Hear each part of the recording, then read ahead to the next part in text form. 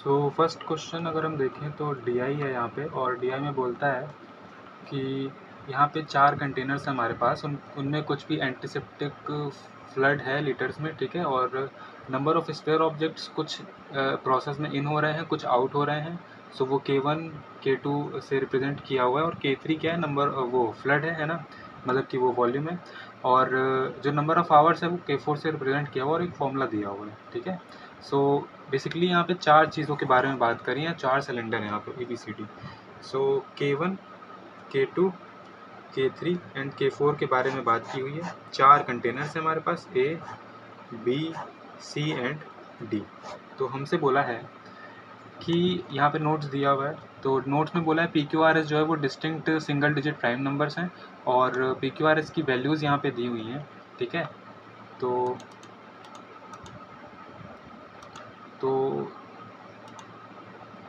जैसा कि यहाँ पे P की जो वैल्यू है वो है 3, Q है 2 और R है 5, S है 7। ये वैल्यूज़ दी हुई हैं PQRS की।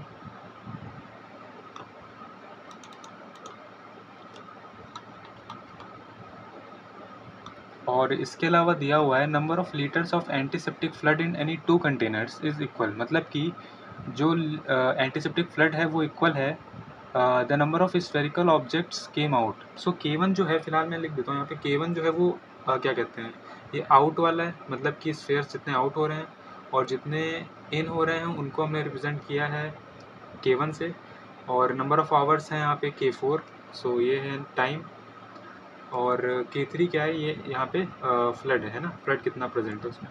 सो बेसिकली क्या कह रहे हैं कि number of litres of antiseptic, यानी कि K3 जो है वो K1 के बराबर है ना, केम्स आउट। हाँ, तो ये दोनों किसी 2 कंटेनर्स के लिए बराबर है, हमें नहीं पता कौन से कंटेनर्स होंगे वो।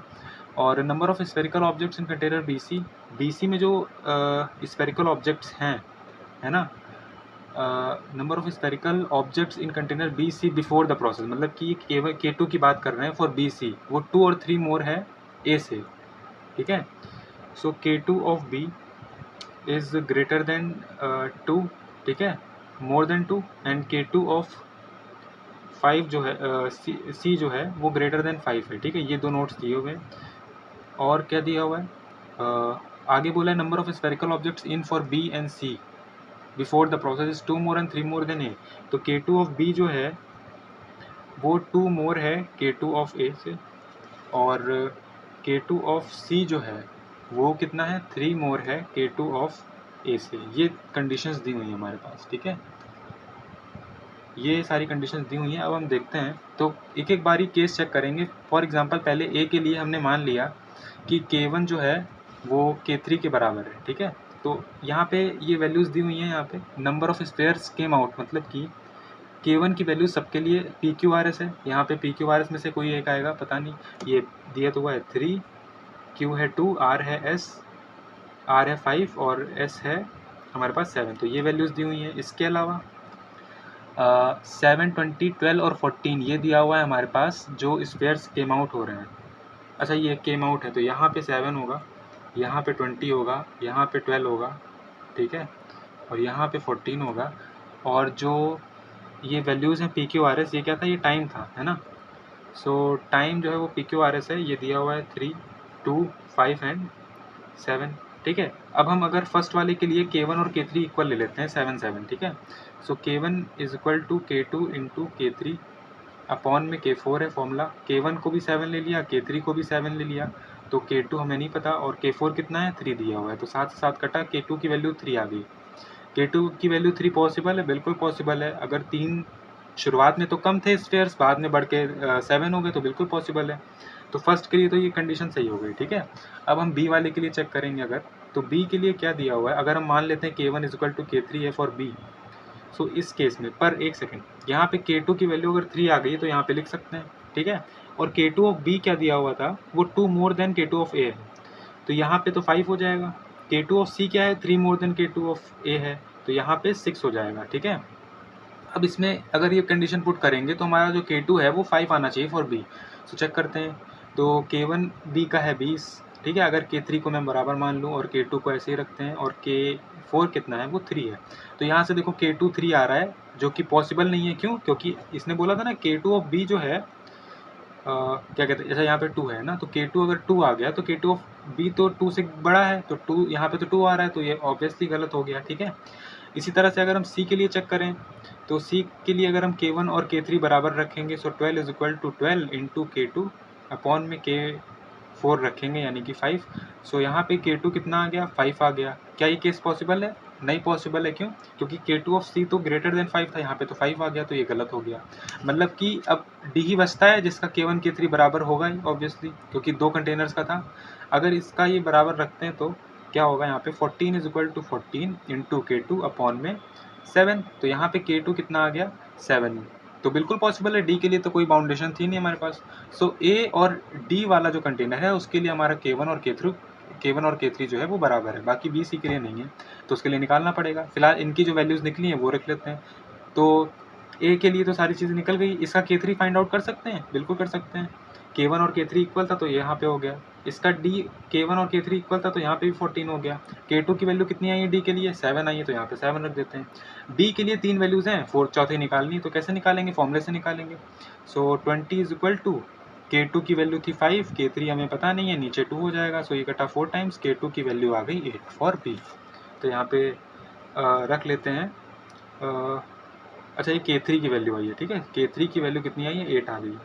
और C के लिए अगर हम देखें तो C के लिए 12 इज इक्वल टू K2 मतलब 6, K3 हमें नहीं पता, K4 है 5। सो यहाँ पे कितना आ गया, K3 की वैल्यू आ गई 10, ठीक है। तो यहाँ पे लिख लेते हैं 10। तो ये चार्ट हमारा बन चुका है। अब हम देखते हैं क्वेश्चंस क्या पूछा है हमसे। सो चार्ट ऑलरेडी गिवन है। तो क्वेश्चन नंबर 1 में बोलता है, ठीक है, क्वेश्चन नंबर 1 में बोलता है the number of spherical objects A before the process. Before the process ए के पास कितना है, 3 है।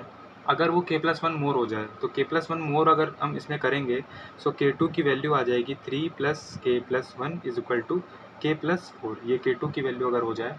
और बोलता है जो एंटीसेप्टिक फ्लड है, फ्लड मतलब कि K3, वो 2/7 इंक्रीज़ हो जाए, तो 2/7 इसमें इंक्रीज़ करोगे 9 हो जाएगा। सो K3 की वैल्यू अगर 9 हो जाए, और जो नंबर ऑफ सर्कल ऑब्जेक्ट्स हैं आफ्टर द प्रोसेस मतलब K1, वो क्या हो जाए, 1 मोर देन ट्वाइस हो जाए। इसका 1 मोर देन ट्वाइस, इसका ट्वाइस 14, उसमें 1 एक जोड़ोगे तो 15 आ जाएगा। और जो इसमें क्या बोलता है कि टाइम सेम है, ठीक है, टाइम सेम है, तो K4 तो मतलब 3 ही रहेगा। अब इसमें हम फॉर्मूला लगा देते हैं। So K1 is equal to K2 K+4 into K3 मतलब कि 9 अपॉन K4 मतलब 3, ये जाएगा 5। तो K की वैल्यू यहाँ से कितनी आ गई, 1 आ गई, ठीक है। K की वैल्यू 1 है तो मतलब कैसा है, K ऑड है, ठीक है। बट यहाँ पे क्या है कि क्वेश्चन के अकॉर्डिंग K की वैल्यू 1 आ रही है, बट आंसर इसका अगर सॉल्यूशन देखोगे इस PDF में तो वो दिया है K is a even number. So जहाँ तक वो मिस्टेक होगी, फिलहाल ये K की वैल्यू जो है वो 1 है और ऑड है। सो इसका ऑप्शन नंबर B सही आंसर होगा, ठीक है। क्वेश्चन नंबर 2 अगर देखोगे तो 2 में क्या बोला हुआ है भाई कि what is the which of the following is uncorrect. तो PQRS की हमने वैल्यूज़ निकाली थी। सो PQRS, ठीक है। सो P की वैल्यू आ रही थी वहाँ से 3, Q आ रहा था 2, R आ रहा था 5, S आ रहा था 7, ठीक है, 3 2 5 7। सो चेक कर लेते हैं। फर्स्ट वाला बोलता है P+Q+R, PQ 5 और R मतलब 10, 10 और S+3 10 है, पहला तो बिल्कुल सही है फर्स्ट। सेकेंड वाला देखते हैं, 3Q, 3 2 6 प्लस 4 यानी कि 10, ठीक है, दूसरी साइड भी 10 बनना चाहिए। 2 इंटू आर कितना आएगा, 10 आएगा, दूसरा वाला भी सही है। थर्ड में देखोगे the number of spherical objects after the process is inversely proportional to the time. तो फॉर्मूला क्या था हमारे पास, K1 is equal to K2 into K3 upon K4। Inversely proportional कब होता है, जब A इज यहाँ इस तरह से दिया हो, मतलब A अगर B इंक्रीज हो रहा हो तो A डिक्रीज हो रहा हो, या B डिक्रीज हो रहा हो तो A इंक्रीज हो रहा हो, तो ये इसे बोलते हैं इन्वर्स रिलेशन। सो बोलता है कि स्फेरिकल ऑब्जेक्ट्स आउट मतलब कि ये K1 जो है इन्वर्सली प्रोपोर्शनल टू टाइम यानी कि K4, क्या इन दोनों का इन्वर्स रिलेशन है, बिल्कुल सही है। सो तीनों हमारे स्टेटमेंट जो है सही है, ऑल आर करेक्ट, इसका आंसर हो जाएगा, ठीक है, मतलब कि ऑप्शन नंबर E इसका राइट आंसर होगा। थर्ड में अगर हम देखें स्टेटमेंट बेस्ड है क्वेश्चन, तो पहला स्टेटमेंट बोलता है number of spherical objects E before the process. E के लिए जो है सारी चीज़ें निकलेंगी, बिफोर मतलब कि K2, वो इक्वल है average spherical objects in B and D before the process. BD का बिफोर K2 कितना है, BD का बिफोर K2 जो है मतलब बिफोर मतलब कि B और D का K2 12 है, उसका आधा करोगे 6, ठीक है, ये आ गया K2 फॉर E।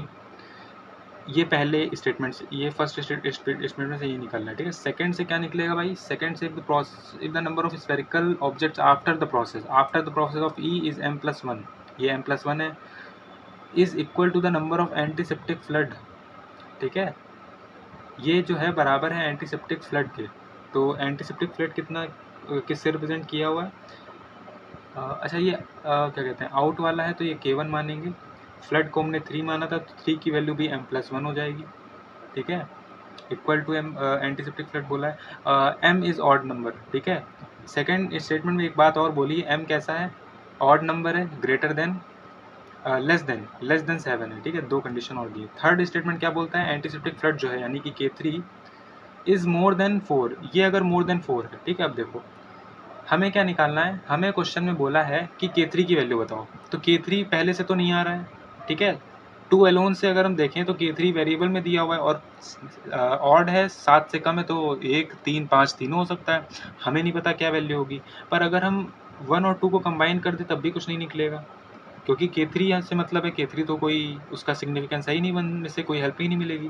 पर अगर 2, 3 को देखें तो यहाँ बोला है कि K3 की वैल्यू इतनी है, यहाँ पे बोल रहा है K3 ग्रेटर देन 4 है, यहाँ पे बोल रहा है K3 लेस देन 7 है, मतलब कि K3 की जो value less than 7 greater than 4, और इसमें बोला है ऑड भी है, तो ऑड तो एक ही नंबर आ रहा है इनके बीच में 5, तो यहाँ से क्या आ गया, K3 की वैल्यू 5 आ गई। अगर K3 आपका 5 आ गया है, ठीक है, तो बस और कुछ चाहिए नहीं था। सॉरी ये M की वैल्यू है ना, ये M की वैल्यूज़ की बात कर रहे हैं, ठीक है।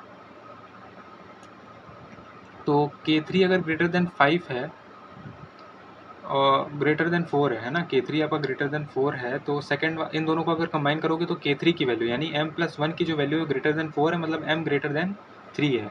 और ये यहाँ पे बोला था m लेस देन 7 है, सो m is greater than 3 but less than 7, इन दोनों के बीच में ऑड एक ही आ रही है 5, ठीक है। तो K3 की वैल्यू यहाँ से निकल आएगी, m की वैल्यू निकल आएगी तो K3 भी आ जाएगा। सो K3 कितना आ जाएगा, m की वैल्यू अगर 5 आ रही है, 5 + 1 6, तो K3 की वैल्यू जो है वो 6 आ जाएगी। 2 और 3 को कंबाइन करके आंसर आ रहा है, ठीक है। सो स्टेटमेंट 2 + 3 आंसर देगा। सो ऑप्शन नंबर ए जो है वो इसका राइट आंसर हो जाएगा। बाकी सो फोर्थ का अगर हम फर्स्ट क्वांटिटी देखें तो बोला है number of sphere A and B after the process, A और बी का आफ्टर द प्रोसेस जो है वो 27 है। इज़ व्हाट परसेंट मोर और more than the sum of number of sphere objects C and D after the process, C D का after कितना है 26 है, सो ये इससे कितना ज़्यादा हो जाएगा 1/26, ठीक है, इंटू 100। सो ये परसेंट में पूछा था तो 100/26, तो इतना आएगा लगभग। सेकेंड क्वांटिटी देखते हैं क्या आ रही है। So sum of number of spherical objects before the process A and B का बिफोर वाला कितना है 8 है। Is what percent more than sum of spherical objects after before the process in C and D, before the process C D कितना है 13 है। सो यहाँ से कितना आ जाएगा 5/13 आ जाएगा, ठीक है। सो अगर इसको हम निकालेंगे इंटू 100 हो जाएगा, सो 500/13 हो जाएगा। सो ऑब्वियसली यहाँ से अगर देखोगे तो ये वाली क्वांटिटी जो है वो बड़ी दिख रही है, यहाँ से करोगे तो 2 से 13 50, सो 50/13 आ रहा है, ठीक है। यहाँ पे कितना आ रहा है 500/13, सो ऑब्वियसली ये वाली जो क्वांटिटी है वो बड़ी है, यानी कि इसमें स्टेटमेंट नंबर क्वांटिटी 2 जो है वो ग्रेटर देन 1 है, मतलब कि बी ऑप्शन राइट है, ठीक है। इसके बाद फिफ्थ वाला क्वेश्चन देखते हैं, तो इसमें बोला है sum of time taken all the containers together, so सबका K4 ऐड करके बता देना है, 3, 2, 5, 5, 5, 10, 10 और 7 17, तो 17 आंसर हो जाएगा option number A. Question number 6 अगर हम देखें तो क्वेश्चन नंबर 6 में बोला है average present charges of B P and Q, so P plus Q का एवरेज 22 है, सम 44 हो जाएगा। Q is 4 younger than R, यानी कि क्यू की वैल्यू अगर x है सो r की वैल्यू x+4 हो जाएगी। Find the average of present age of P Q R, so हमें बस इतनी इस इन्फॉर्मेशन पहले से दी है। अब दो स्टेटमेंट दिए हुए हैं। पहला स्टेटमेंट क्या बोलता है s की वैल्यू जो है वो 35 है, ठीक है। Present age of r 12 less than s, ठीक है। r की जो है वो 12 लेस देन s है आफ्टर 5 ईयर। s की आफ्टर 5 ईयर कितनी होगी 40, उसमें से अगर 12 लेस करेंगे तो कितना आएगा 28 आ जाएगा, तो r की प्रेजेंट एज 28 हो गई, ठीक है। ये पहले से आ रहा है। सेकंड स्टेटमेंट से अगर हम देखें क्या आएगा, सेकंड में बोलता है ratio present age of P and R, so P upon R की जो वैल्यू है वो 5/7 है। हमसे पूछता क्या है कि present age average present age बतानी पी क्यू आर की, सो कैसे निकलेगा। अगर फर्स्ट में देखें तो आर हमें दिया हुआ है, आर दिया हुआ है तो एलोन से तो नहीं आएगा, वन एलोन से तो नहीं आ रहा है, ठीक है, टू एलोन से भी नहीं आएगा। अगर वन और इसको कंबाइन करेंगे तो आर की वैल्यू दी हुई है, यानी एक्स आ जाएगा, यहाँ पे 24, यानी क्यू आ जाएगा, क्यू आ गया, आर आ गया और पी भी आ जाएगा। सो तो मतलब सिर्फ एलोन वन से तो आ रहा है, क्योंकि बची हुई इन्फॉर्मेशन और वन को मिलाओगे तो आ जाएगा, ठीक है। सेकंड में देखते हैं पी और आर का रेशियो दिया हुआ है। सो अगर हम देखें पी की वैल्यू निकाल सकते हैं, यहाँ पे देखो अगर ये एक्स इसमें पुट करोगे तो पी आ जाएगा, है ना। कहने का मतलब ये यहाँ से पी कितना आ रहा है 44 minus X, P upon R रखोगे 44 minus X upon X plus 4 is equal to 5/7, वहाँ से भी एक्स की वैल्यू फाइंड आउट हो जाएगी। सो या तो 1 ले लो या तो 2 ले लो, either 1 and 2। So option number D इसका राइट आंसर हो जाएगा, ईदर 1 और 2। 7 में देखेंगे अगर, सो आर्टिकल है जिसको मार्कअप किया 50% से, यानी कि 100 ए वाली चीज़ थी 150% से मार्कअप कर दिया, ये सी पी हो गई, ये एम पी हो गई। डिस्काउंट लगाते हैं 6.66, यानी 1/15 का डिस्काउंट लगाएंगे तो 140 ए आ जाएगा इसका, ठीक है। और पी परसेंट का डिस्काउंट लगाते हैं, सो इस पर पी परसेंट का डिस्काउंट देंगे 1 माइनस पी बाई 100, तो ये आ गई इसकी एस पी। हमसे बोलता है, ये गिवन इन्फॉर्मेशन थी क्वेश्चन में, अब 2 स्टेटमेंट दे रहे हैं।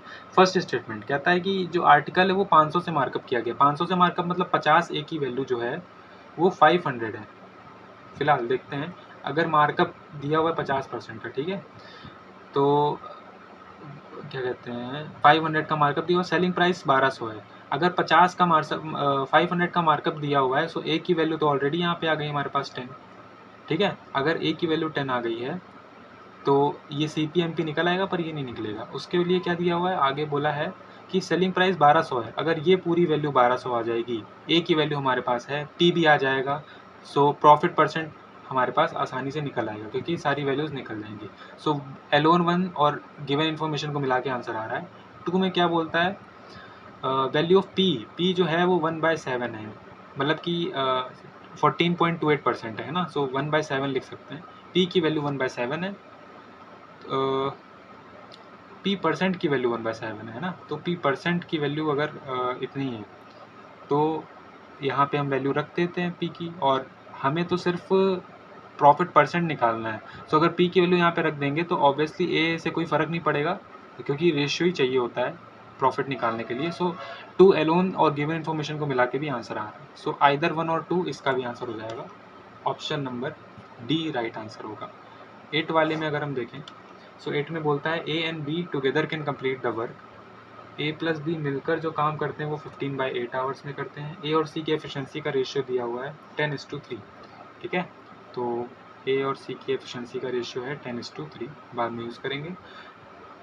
Time taken by C alone to complete the work, ठीक है, हमें निकालना है time taken by C alone to complete the work. D takes the time which is the least common multiple, मतलब एलसीएम ऑफ 5 and 3 यानी कि 15, तो D 15 दिन में काम खत्म करता है। अगर इसका एलसीएम लेंगे तो 15 ले लेते हैं, तो यहाँ पे आ जाएगा 8, यहाँ पे आ जाएगा 1। सो ए प्लस बी की एफिशिएंसी मिलाकर आ रही है 8, डी की एफिशिएंसी आ रही है 1, ठीक है। और कुछ तो हमारे पास है नहीं अभी। इसके अलावा पहला स्टेटमेंट क्या बोलता है कि सी और डी टुगेदर कितने दिन में करते हैं, सी और डी मिलकर 6 दिन में काम को करते हैं, ठीक है। अगर सी और डी 6 डेज़ में करते हैं तो सी प्लस डी की एफिशिएंसी कितनी आ जाएगी 15/6, यानी कि 5/3 सी और डी मिला के आ जाएगा। डी की एफिशिएंसी हमारे पास पहले से है, तो डी की वैल्यू यहाँ रखेंगे, सी आ जाएगा, ठीक है।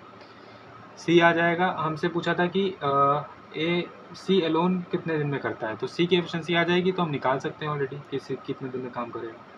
अगर तो 1 एलोन और गिवन इन्फॉर्मेशन को कंबाइन करके आंसर आ रहा है। सेकंड में क्या बोलता है, बी और D together complete the work, B plus D अगर 15/4 दिन में काम करते हैं तो इसको 15/4 से डिवाइड करोगे, बी डी की मिला के एफिशिएंसी 4 आ जाएगी, यानी कि डी हमारे पास ऑलरेडी 1 है तो बी की एफिशिएंसी आ जाएगी, डी आ जाएगा तो ए की भी एफिशिएंसी आ जाएगी, ए आ जाएगा तो सी की भी एफिशिएंसी आ जाएगी, क्योंकि रेशियो दिया हुआ है। तो सी अल्टीमेटली आ रहा है, तो हम सी की आराम से क्या कहते हैं, सी कितने दिन में काम करेगा वो भी निकाल सकते हैं। सो 2 और गिवन इन्फॉर्मेशन को मिला के भी आंसर आ रहा है, तो इसका भी ऑप्शन नंबर डी ईदर 1 और 2 हो जाएगा, ठीक है।